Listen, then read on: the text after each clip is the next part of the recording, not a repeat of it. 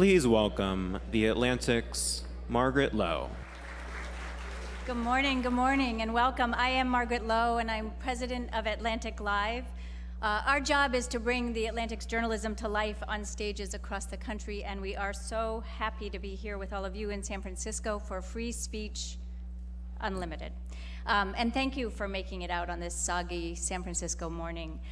This is the Atlantic's first ever event on this all too fraught subject, but it is hardly our first foray into the debate. The Atlantic's commitment to free speech began when the magazine itself began. It was 1857, more than 161 years ago, and our founders created a nonpartisan journal of no party or clique that prided itself on presenting well-framed, often provocative arguments which weren't always popular, including back then the case against slavery.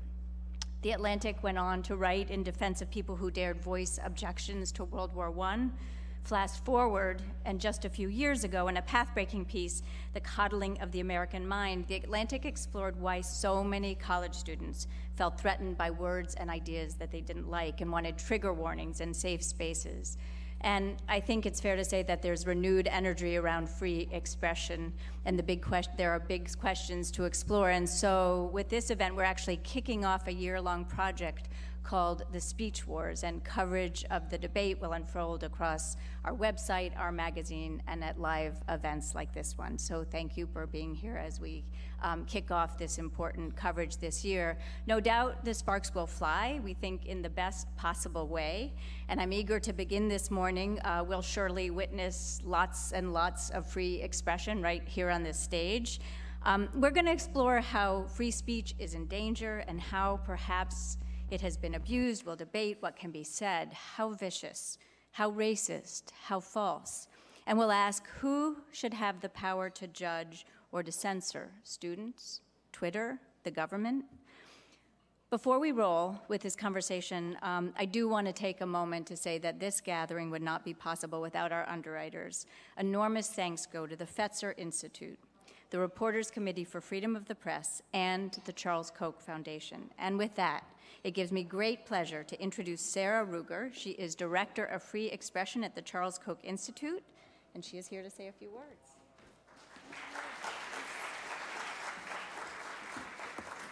All right.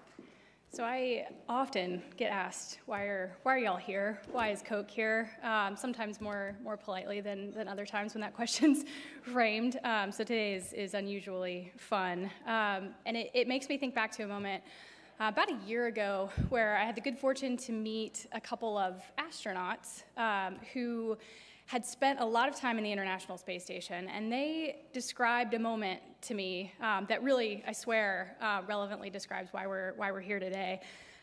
They talked about a moment where they had dinner together on the station with a group of people who they never imagined having a conversation with, who they had the deepest possible differences with. This was there was a Chinese astronaut there was a Russian astronaut, there was an African American gentleman, there was an Iranian woman, and by breaking freeze-dried bread together and looking out at the tiny blue dot, they all described this shared moment of interconnectedness, more because of the meal that they shared than anything else. And what that conversation inspired for us was a need to use our resources to support the creation of those spaces for dialogue to occur, to create those moments where people feel open, where they otherwise might not be, to having dialogues across divides. And obviously we have to figure out a much more scalable way to do that than shooting people to the moon,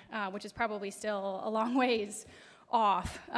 But we have to figure that out. We don't have the luxury of not figuring that out.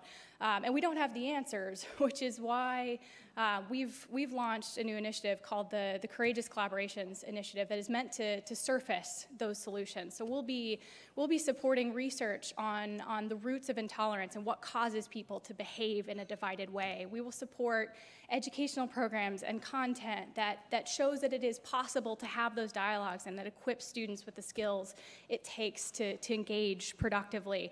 And we'll support broadly defined social entrepreneurs, technologists, artists, community leaders who are finding those answers, those best practices for having those conversations in communities around the country so that we can figure out how to get those tools and resources out to those of you who want them. So we're incredibly excited by this time in America, this moment of increasing diversity. It's an incredible thing that we're about to become a country for the first time of a majority-minority country. And that's exciting because diversity leads to great things. Diversity leads to innovation. It leads to social progress and the protection of equal rights for all. But that's if we can set aside our very human tendency to behave tribally and to react with fear when we encounter the other. And it's in that spirit that we were thrilled when the Atlantic approached us with this initiative, because the Atlantic has that nuance in every conversation that they have. They have that courage to bring together diverse groups to tackle those problems, and we share with them as a starting point a respect for the dignity of every human individual that we must together uphold. So we are incredibly thankful for this opportunity. I hope the spirit you will take from this is that we are offering an invitation. We know we're going to get this wrong. We know we've gotten it wrong before. We know only that we don't have the answers, but by getting groups together like this, we can find them, and we're trusting you to tell us how we can help. So with that, thank you. Please enjoy the program.